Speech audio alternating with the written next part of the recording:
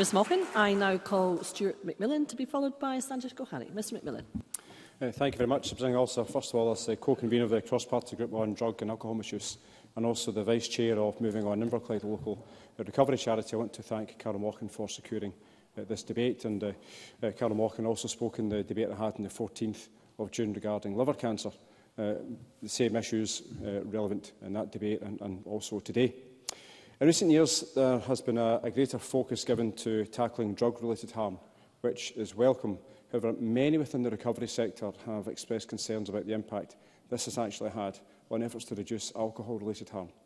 And as per today's motion, and I quote, with the reported 22% increase in alcohol-specific deaths in the last 2 years following the COVID-19 pandemic, I'm sure that we would all agree that equal attention must be given to alcohol-related harm. Now, locally, Inverclyde sadly reported the highest rate of alcohol-specific deaths in Scotland between 2017 and 2021, the majority of which were caused by alcohol-related liver disease.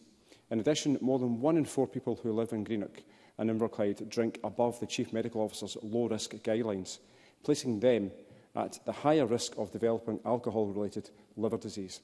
Now, this worrying local trend sadly reflects an alarming national picture across Scotland, as the number of people in Scotland whose death was caused by alcohol has risen again to the highest level in 14 years.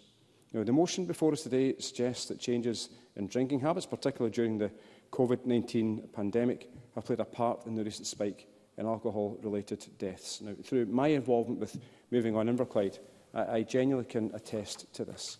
Now, having been a board member for over 8 years, I've seen the organisation go through many changes in that time. And the reasons for people seeking help has also varied, and as we moved out of lockdown, Moving On Inverclyde found that an increasing number of people were in need of support regarding alcohol misuse. And that was a point that the Minister heard when she visited Moving On Inverclyde very recently over the summer recess. Now, it's easy to see that being stuck in the house for long periods of time with little opportunity to interact with others, either at home or in public settings, could lead to people drinking more heavily. It was always considered that other harms could follow on from the restrictions, and the impact that they had on those with substance dependence is clear now. And the National Records of Scotland figures show that 1,276 people died from alcohol-specific causes in 2022. Now, that's 3 people dying every single day because of alcohol harm in Scotland. Now, in concluding, Presiding Officer, I'd like to thank the British Liver Trust for bringing its Love Your Liver Roadshow to Scotland earlier this year to help raise national awareness of the risk factors of liver disease, including excess alcohol consumption. And I hope to bring the Love Your Liver Roadshow to Inverclyde in the autumn, so that people in my constituency can access non-invasive liver scans and learn more about improving their liver health.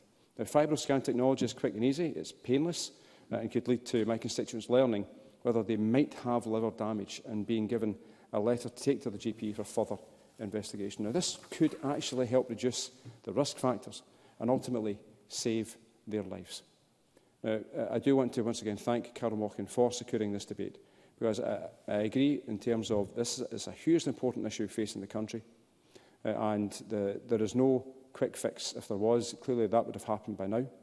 And I think the motion talks about a plan, but Carol Mochan in her contribution spoke about urgency and emergency. Urgency and emergency are absolutely accurate, but to get a plan, that takes a bit of time to ensure, as well as that wide discussion and dialogue that is absolutely critical, so we can actually get to where we all actually want to be, to have fewer people in Scotland dying with alcohol-related harm. Thank you. Thank you, Ms McMillan.